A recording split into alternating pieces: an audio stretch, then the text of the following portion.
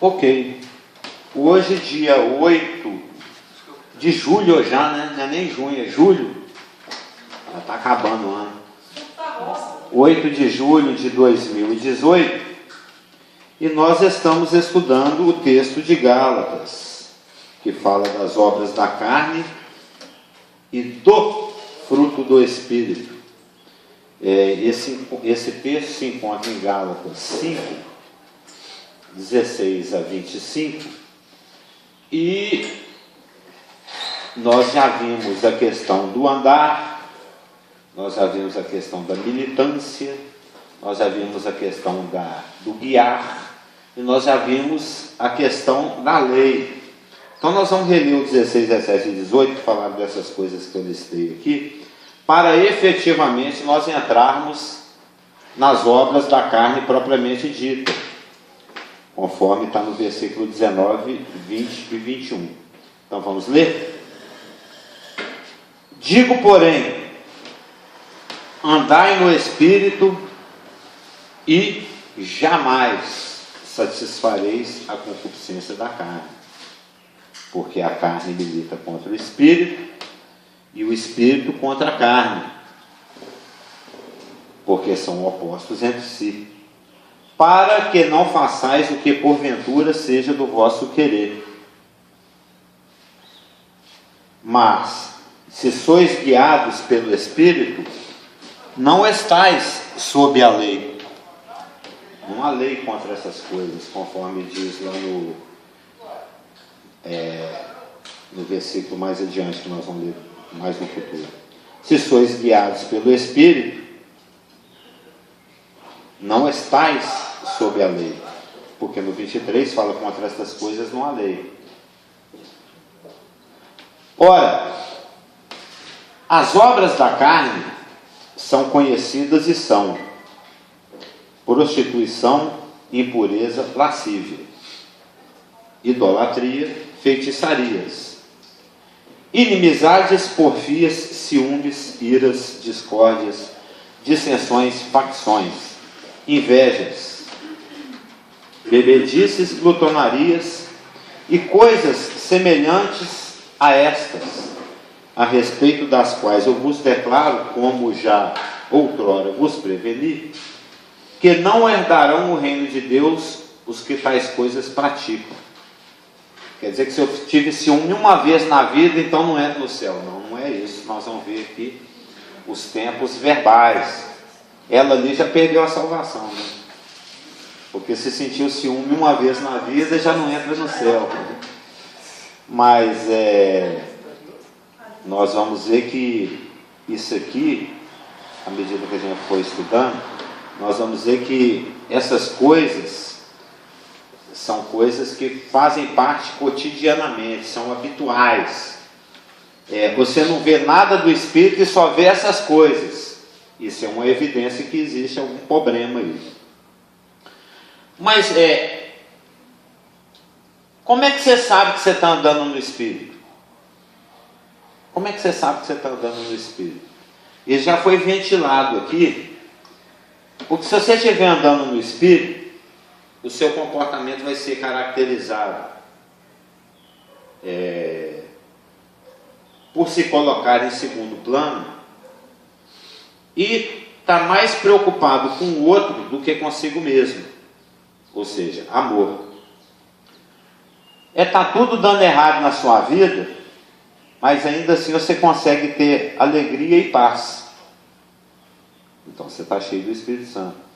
É aquela pessoa que repete aquela situação milhões de vezes, faz a mesma pergunta milhões de vezes, pisa na bola milhões de vezes, mas você continua longânimo, benigno, bondoso, senão você está andando no Espírito. É aquela pessoa que,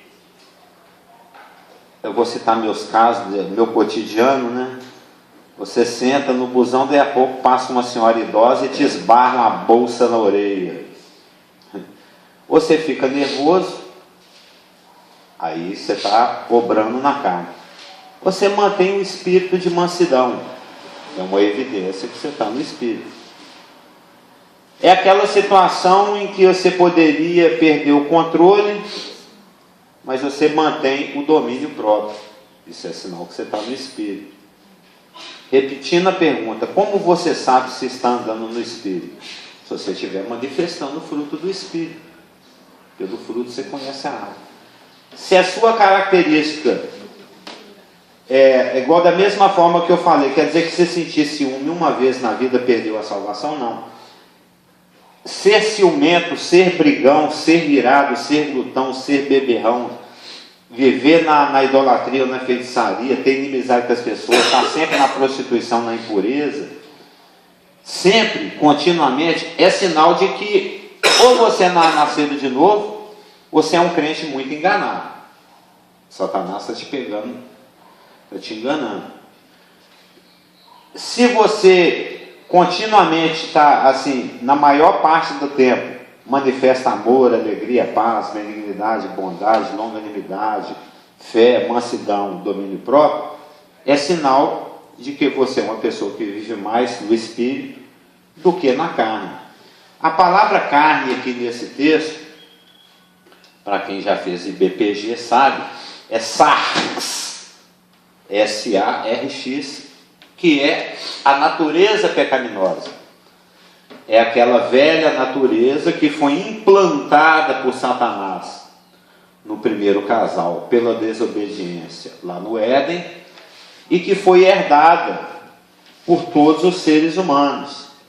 Romanos fala muito claramente isso, porque um pecou, todos pecaram, pela desobediência de um, todos nós nos tornamos culpados. Pelo mesmo princípio, pela obediência de um, todos nós agora alcançamos a justificação. Está lá em Romanos 5,18. Pois assim como por uma só ofensa veio o juízo sobre todos os homens para condenação, assim também por um só ato de justiça veio a graça sobre todos os homens para a justificação que dá vida. 5,19. Porque como pela desobediência de um só homem, Adão, muitos se tornaram pecadores, assim por meio da obediência de um só, Jesus Cristo, muitos se tornaram justos. Então nós estamos falando aqui da natureza pecaminosa, daquela vozinha que fica lá na nossa consciência, né? Faz a coisa errada, vão por aqui, vão pecar, chuta. É a natureza contra a qual nós temos que lidar e lutar no Espírito, porque existe uma militância, existe um conflito. O 17 falou, porque a carne milita contra o Espírito e o Espírito contra a carne, porque são opostos entre si, para que não façais o que porventura seja do vosso querer. O meu homem interior tem prazer na lei de Deus, mas existe essa velha natureza, esse velho homem, do qual todos os dias eu tenho que me despir dele, e todos os dias eu tenho que me revestir de Jesus Cristo. É um esforço que tem que acontecer minuto a minuto, momento a momento, dia após dia, até Jesus voltar. Enquanto a gente não for glorificado, o pastor Geraldo já pregou 7.839 vezes, o pecado que tenazmente nos assedia, que faz uma maior pressão e não cede, é um trem assim que você fala, né? Que está sempre espremendo lá e ele não desiste não. O pecado é brasileiro, ele não desiste nunca. Ele está sempre ali, sempre espremendo. Hoje mais cedo até postei um negocinho lá do Pedro que fala exatamente isso. Também fala disso. É algo contra o qual nós temos que lutar. Mais para frente um pouquinho, não hoje, nós vamos ver essa questão do revestir de Jesus Cristo e nos despir do velho homem. Quem já leu o Novo Testamento provavelmente já deve ter visto esses textos. Revesti-vos do Senhor Jesus é exatamente o mesmo texto de Gálatas 5,16. Se você andar no Espírito, jamais você vai satisfazer a concupiscência da carne. Se você se revestir de Jesus Cristo, você não vai dar bola para esses trem. E Dona Elaine, acaba que o seu Américo me pegou de conversa aqui. Aí eu perdi meu ritmo, né? Que eu chego, abro a janela, não sei o que, acendo a luz, coloco pilha no microfone, coloco os negocinhos aqui em cima do púlpito, pego a aguinha, aí faço a... ela já até foi. Ela já tinha entendido o recado. Como é que você sabe que você está andando no Espírito? Porque você vai manifestar o fruto. Um copo só. Porque você vai manifestar o fruto do Espírito. Como é que você sabe que você não está andando no Espírito? Porque você vai manifestar as obras da carne. Está ficando nervosinho muito facilmente, viu, Elaine? Você não está no Espírito. Está com ciúme o tempo todo? Obrigado. Você não está no Espírito.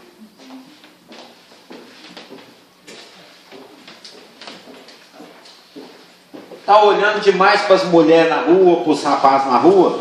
Você não está no Espírito. O Espírito nunca vai falar assim, olha lá que mulher bonita, hein, senhor? E você é casado ou já tem namorado? O Espírito Santo não dá esse tipo de toque. Ele, muito pelo contrário, ele fala para fugir disso, fugir. O Espírito Santo nunca vai falar assim, acende uma velhinha ali para o santo. Nunca. Vão ali na esquina fazer uma mandinga por Oxalá. Nunca que ele vai fazer um trem desse.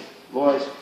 O Espírito Santo, ele age de acordo com aquilo que ele mesmo escreveu, que é o que está aqui na palavra. Então, como é que você sabe que você está andando no Espírito? Você vai manifestar o fruto do Espírito. Como é que você sabe que você não está andando no Espírito?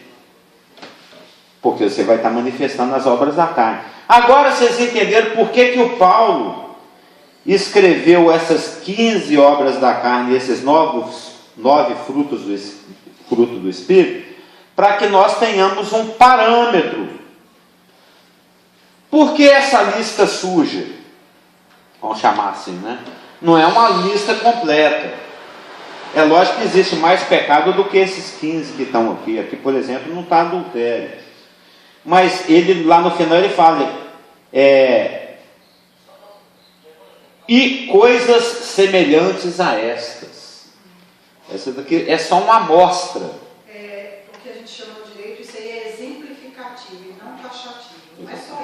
E não exaustivo, eu diria. Não é uma lista exaustiva, taxativa, é uma lista exemplificativa, como disse a nossa doutora. É só um exemplo, porque outros existem, e coisas semelhantes a essa. Por exemplo, semelhante à prostituição, impureza, lascívia, tem o adultério que não foi citado. Né? Então, por que essa lista surge?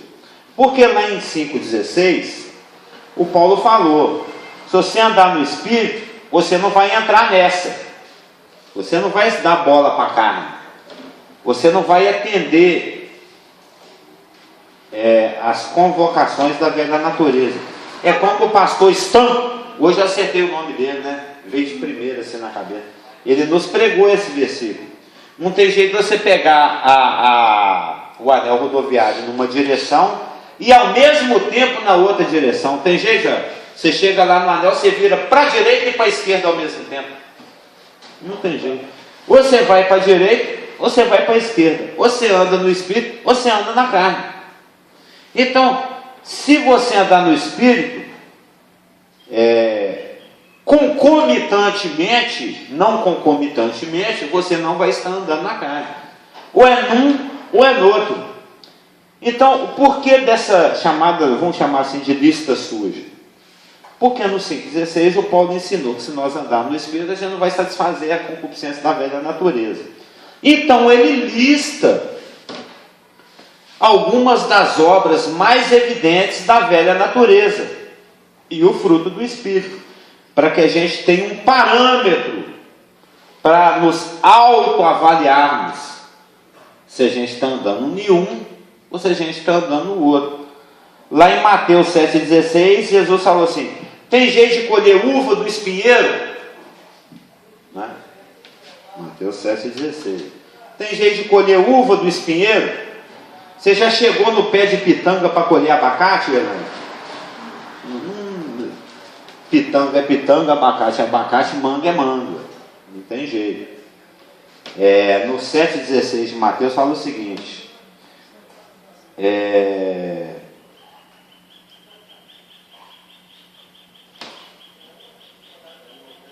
17 a 20. Pelos seus frutos o conhecereis. Colhem-se porventura uvas dos espinheiros, ou figo dos abrolhos? Assim toda árvore boa produz bons frutos, porém a árvore má produz frutos maus. Não pode a árvore produzir frutos maus, e nem a árvore má produzir frutos bons. É aquilo que eu estava falando, o Espírito Santo nunca vai te induzir a pecar, e a carne nunca vai te induzir a ser santo. A carne milita contra o Espírito. A carne é inimizade contra Deus. Fala em algum texto lá de Romanos. Então, se a carne é inimizade contra Deus, ela nunca vai e nem pode, não tem como produzir o amor ágape, por exemplo. Porque o egoísmo, a velha natureza, sempre pensa em si mesmo. Ela nem cogita em se colocar em segundo lugar, em se auto-sacrificar pelo outro, como Jesus Cristo fez por nós, e como Ele pede que nós façamos uns pelos outros. Novo mandamento vos dou, que vos ameis uns aos outros, como eu vos amei. De que forma aquele amor? Sacrificialmente. Ele veio aqui pagar o meu boleto de algo que ele nem comprou. Quem deu prejuízo foi eu, quem assinou a promissória foi eu, para quem pagou foi ele. Gálatas fala lá, ele cancelou nosso escrito de dívida. Então, por que essa lista suja? E a citação da obra do Espírito, do fruto do Espírito? Para a gente ter um parâmetro para avaliar se eu estou andando no Espírito ou se eu estou andando na carne. Estou nervosinho, estou ciumento, etc.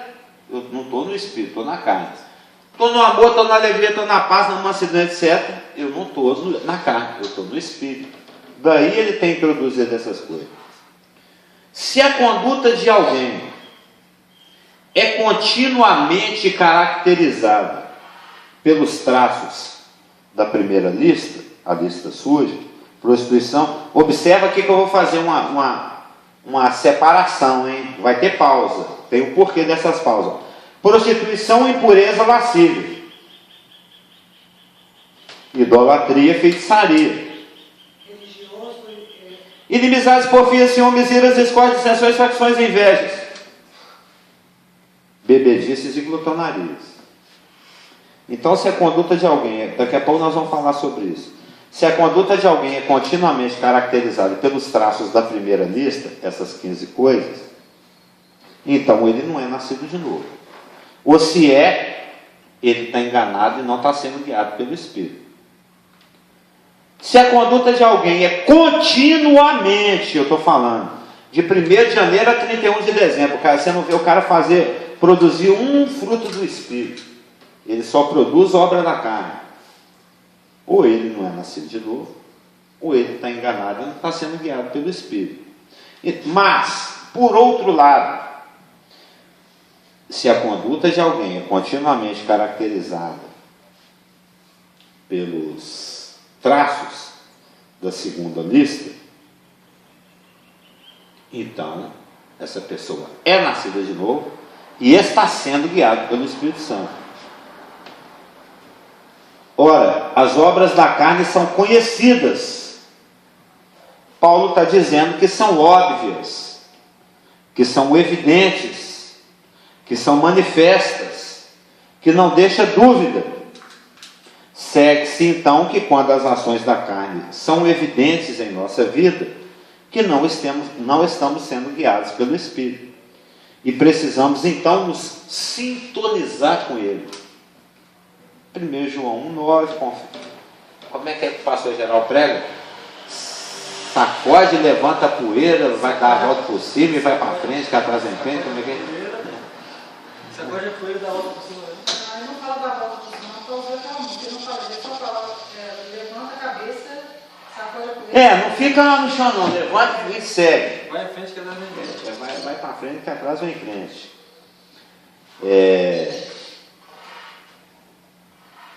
As obras da carne são conhecidas, ou seja,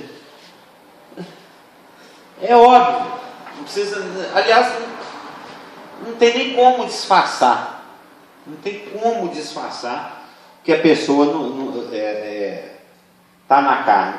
Está na carne, está óbvio. É óbvio. Pelo jeito de olhar, pelo jeito de falar, pelo jeito de agir, pelo jeito de reagir, pelo jeito de sentir. Se observa. Você vai conversar com a pessoa, ela responde de uma maneira crítica. Você não vê Jesus comportar dessa maneira. Ele dá patada nos outros. Ele teve lá, Deus se ira contra o pecado. Teve o zelo lá da casa dele, cumprimento de profecia. Que ele chicoteou a galera lá, mas aquilo ali é outra história. Mas você não vê. Pedro, eu não vou responder esse trem de novo para você, não. Eu já falei isso para você mais de 1000 vezes. Você não vê ele se comportando assim. Eu não vou conversar com essa mulher, não, porque ela é samaritana. Hoje eu estou com vontade de por esse cego, não. Volta amanhã. Ele não se comporta assim. Ou seja, Jesus Cristo, por que Hebreus fala olhando firmemente para o autor e consumador da nossa fé? Porque ele é um ótimo modelo para se olhar. O Gandhi também é um modelo bacana. Ele teve lá suas filantropias, né?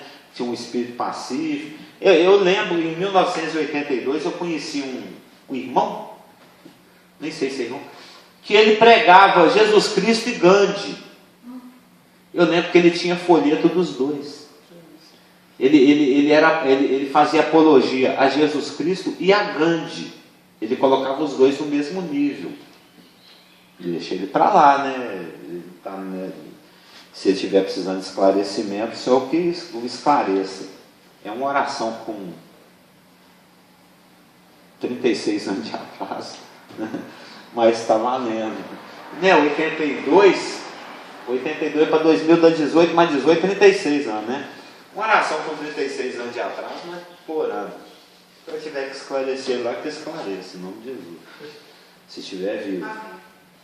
Mas essa amostragem de 15 obras, né, 15 pecados, ela pode ser categorizada. Primeiro nós temos os pecados pessoais, prostituição, impureza, lascívia. Depois nós temos os pecados religiosos, a Elaine até soprou ali. Ela deu uma sopradinha. O treco aqui não deixa.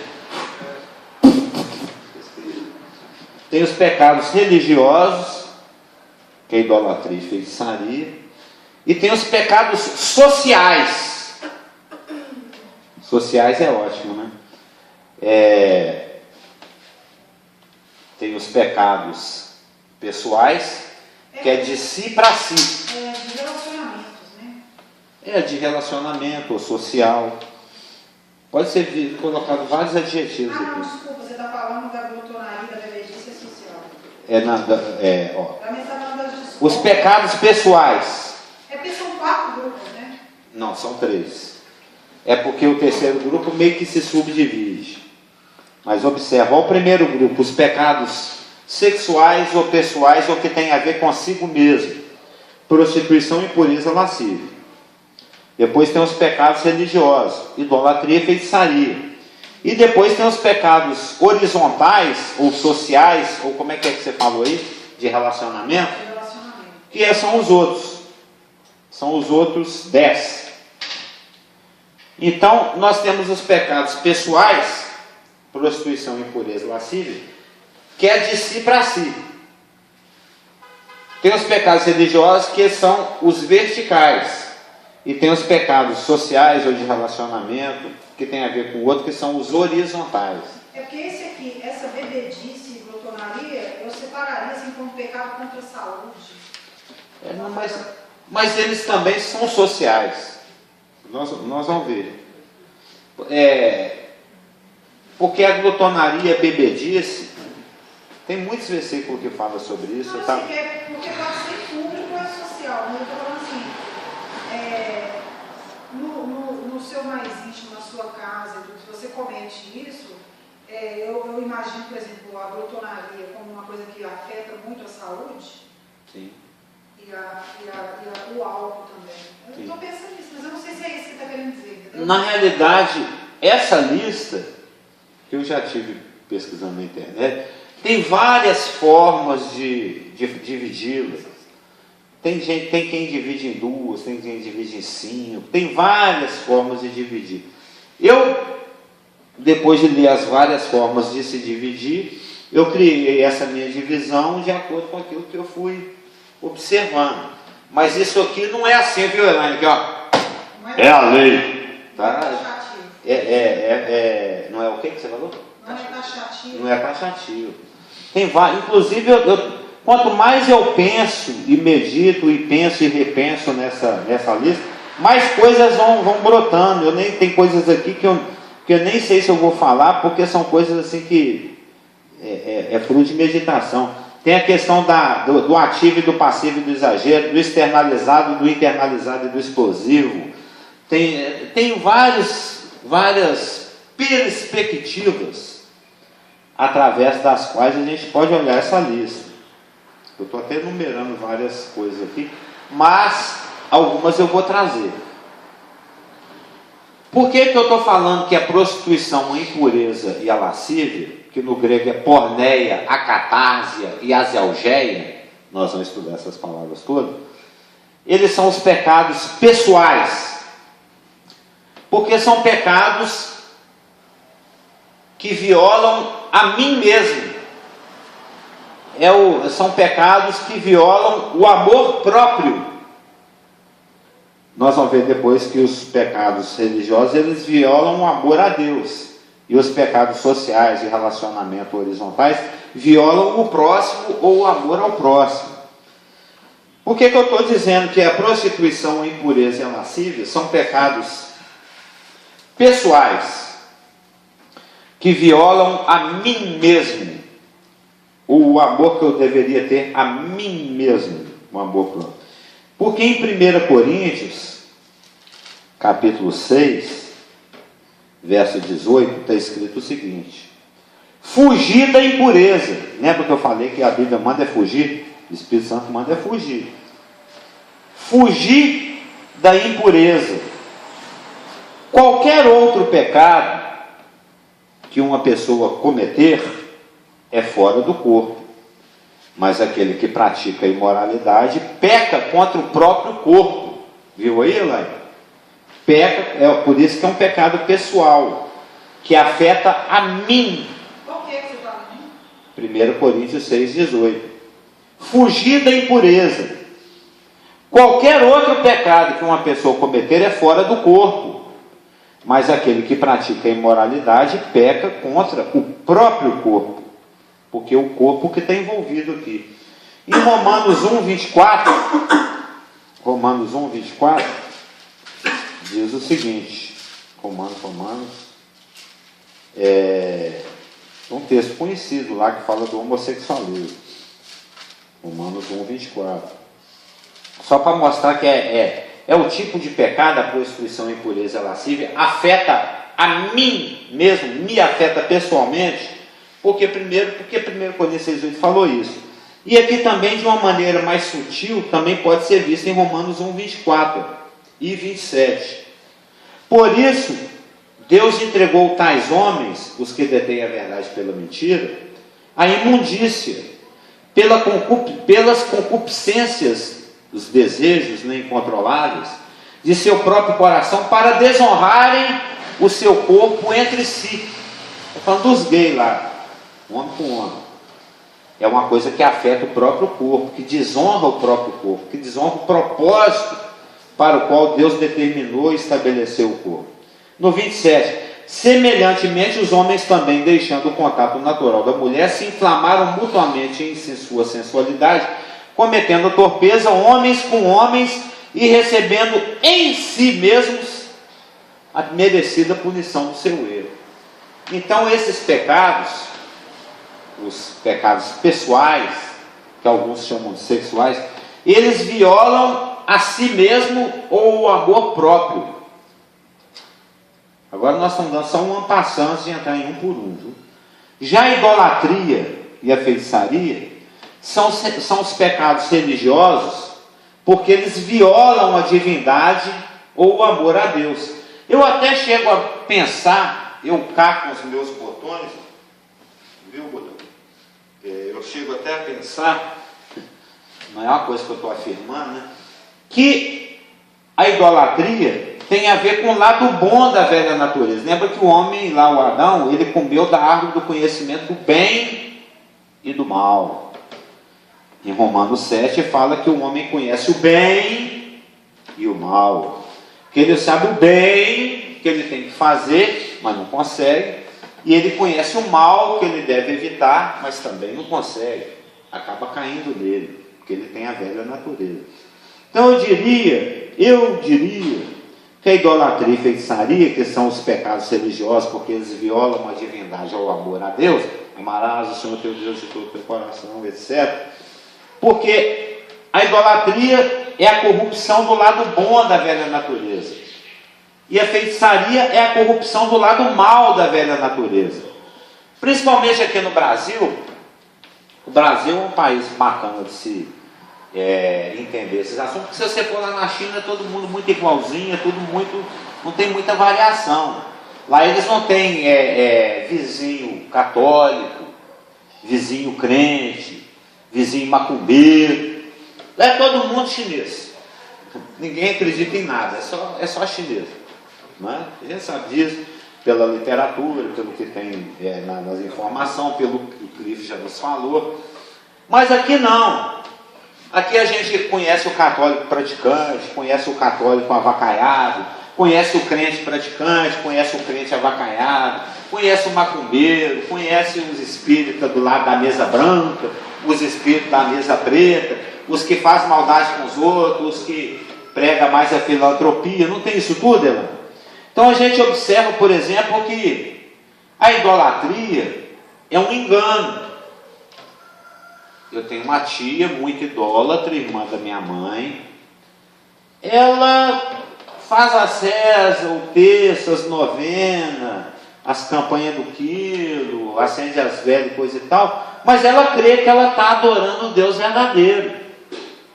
Ela faz aquilo ali, crendo que assim, eu vou fazer essas coisas aqui para ir para o inferno, para fazer o mal para os outros. Não, pelo contrário. Por isso que eu estou falando que a idolatria é a corrupção do lado bom da velha natureza. São pessoas que fazem a coisa até com boas intenções, mas está te afastando de Deus. Já a feitiçaria é a corrupção do lado mal da velha natureza, porque ele faz as coisas com más intenções. É para o outro quebrar a perna, é para o outro acabar o casamento dele. Não é? A gente sabe disso, que a gente tem os vizinhos macumbeiros, a gente vê isso nas novelas, a gente conhece, está por aí. Para nós no Brasil não é muito difícil, não, porque o Brasil é o maior país espírita do mundo. Então a gente tem contato com essas coisas. A gente conhece a vela preta e vermelha, a gente conhece o frango lá na esquina, as farofas, as cachaças, esses trem, os defumadores. A gente conhece esse trem todo. Porque isso faz parte da pluralidade religiosa constitucional das quais nós desfrutamos. Então a prostituição ou a impureza e a lascívia são pecados que afetam a mim mesmo e o amor próprio. Os pecados religiosos, idolatria e feitiçaria violam a divindade e o amor a Deus. Já as inimizades, as porfias, os ciúmes, as iras, as discórdias, as dissensões, as facções, as invejas, e eu também diria as bebedices e as glutonarias, são os pecados sociais, porque eles violam o próximo, o amor ao próximo.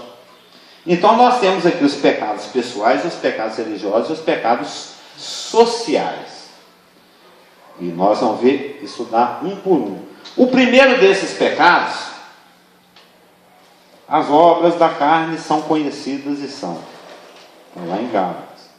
Prostituição é o primeiro dos 3 pecados pessoais. Prostituição, impureza e lascívia. Porneia, acatársia e azelgeia. Porneia, acatársia e azelgeia. Prostituição, impureza e lascívia.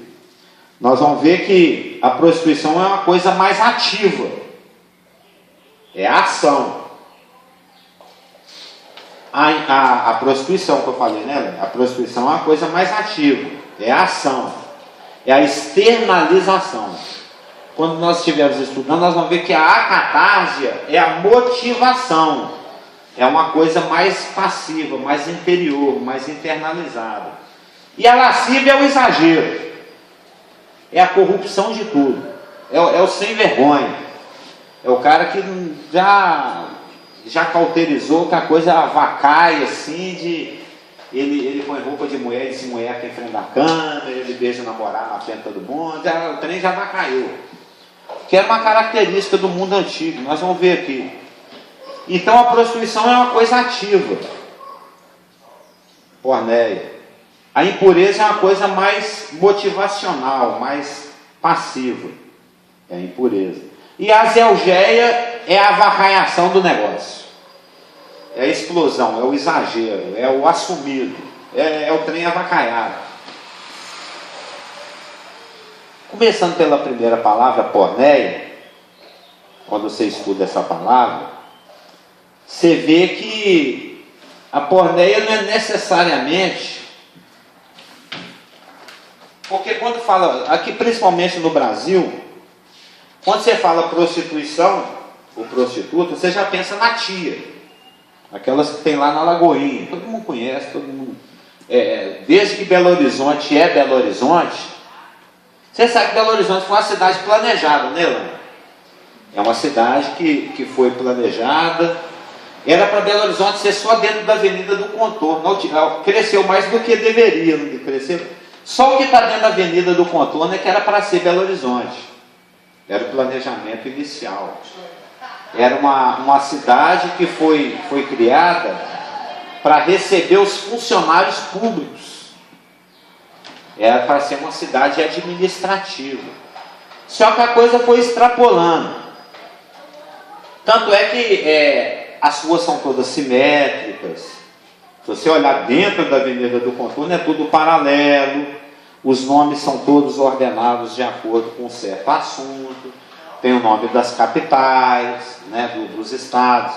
Tem lá São Paulo, Rio de Janeiro, Espírito Santo, Bahia, depois vai Maranhão, Sergipe, Alagoas, Piauí, Rio Grande do Norte, até Pernambuco, aí tem o nome dos poetas, tem o nome dos estados. Não, a importância dos estados vem das tribos, né? Tem o dos índios, Guarani, Guajajá, que tem na base, aí mora. É tudo muito planejadinho, muito bonitinho. Só que a turma que veio aqui construir Belo Horizonte, porque para os funcionários públicos morarem nas casas tudo bonitinho, alguém tem que construir.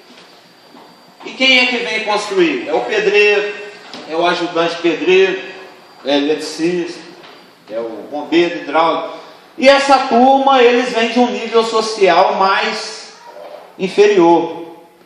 É um pessoal mais avacalhado. Então essa turma que construiu Belo Horizonte, eles começaram a se estabelecer depois da Avenida do Contorno ali na região da Lagoinha. Hoje nós temos ali a Lagoinha, nós temos a Floresta, eles foram, a Concórdia, eles foram expandindo para esse lado. A galera começou a se amontoar por ali, terminava de bater a laje, de construir as ruas e as casas, eles iam tomar uma, quer divertir, coisa e tal. Aí surgiram os prostíbulos, agora diminuiu muito. Eu lembro que na década de 60, ali era muito mais. Não sei se é da sua época, você lembra do bairro Mauá? Que a minha mãe até falava o Mauá. Era ali, ó, no finalzinho da Senhora de Fátima, indo para entrar para... Tinha. Acabou, porque com o negócio de fazer rodoviária, de metrô, esses trem, mas ali era fervilhava mesmo. Muita prostituição, muito homossexualismo. O comércio do sexo era todo ali. Então, na nossa cultura, quando você fala prostituição, essa história toda é só para chegar aí. Você lembra logo da tia ali da Lagoinha, onde até hoje ainda existem prostíbulos por ali, onde o pessoal faz comércio. Mas, no grego, a palavra porneia, não é necessário, a palavra porneia, que é traduzida por prostituição, necessariamente não exige um envolvimento de dinheiro. Você me empresta seu corpo que eu te dou uma grana, né? A prostituição nesse sentido técnico necessariamente não exige um envolvimento de dinheiro. No grego, o conceito de porneia, né, o que pega mais, o que define mais a palavra porneia é a autogratificação e o uso de um objeto para essa autogratificação. Então, porneia no grego, a ênfase maior está no uso de um objeto para a autogratificação. Então é uma palavra bem mais ampla, bem mais genérica. Você pode usar uma imagem, uma lembrança, por exemplo, para se masturbar. Ou um pode emprestar o corpo para o outro para se autogratificar. A menina empresta o corpo para o rapaz empresta o corpo para o menino. Hoje em dia tem muito dessas coisas que é o ficar. Na nossa época chamava de amizade colorida, você lembra, não? Você lembra que tinha esse termo? Amizade colorida? Você é amigo, ela é amiga da sua irmã, mas de vez em quando vocês dão uma colorida, ou ele é amigo do meu irmão, e o trem, isso aí foi surgindo com a década de 60, 70, o CIP, a liberalidade. Será que esse negócio do colorido veio esse negócio do arco-íris, do homossexualismo? Porque isso tudo vem dos Estados Unidos, né? Da época do hippie e tudo. E esse negócio do colorido, estou pensando agora no símbolo do... Tem a ver, que é aquela bandeira multicor, né? Exatamente. Agora eu pensei. Ou até mesmo amor pago, né? A prostituição, inclusive, envolve também o amor pago. Então, a essência de porneia é a atitude mental e o uso de um objeto. E há de se notar que a lista das obras da carne comece justo com essa obra, a porneia. Por quê? Porque ela é a mais básica, a mais instintiva, a mais manifesta, a mais óbvia. E a porneia, a prostituição, né, o uso de um objeto para se autossatisfazer, essa atitude mental, é aquela através do qual Satanás mais obtém sucesso. Portanto, é a obra, é o pecado em que ele mais investe. É só você ver aqui no Brasil também não é difícil da gente perceber isso, é só olhar as propagandas, é só olhar as novelas. A propaganda de cotonete tem mulher pelada. A propaganda de cerveja tem exibicionismo. Né? Você lembra que a propaganda do cotonete é um gordinho de toalha dançando? Vocês já viram a propaganda do cotonete? Nós que somos mais idosos, a gente lembra. Você lembra, dona Eva? Que era um gordinho dançando de toalha. Tudo assim, em maior ou menor grau, mais sutil ou mais escrachado, sempre tem a ver. Porque Satanás sabe que é o pecado que é top of mind, é o que mais bomba, é o que ele mais tem sucesso, é a porneia. Ele conseguiu sucesso com Davi, conseguiu sucesso com um monte de gente. É o pecado que mais... Olha lá, o Jim Swaggart, lembra do Jim Swaggart? O pregador dos anos 80. A maioria dos grandes pregadores, quando cai é nessa área. Porque é a área que mais bomba. Bom dia. Ademais,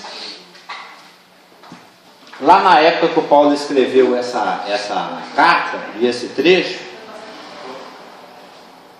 todos os tipos de moralidade eram tão comuns e rotineiros que nem era considerado algo errado.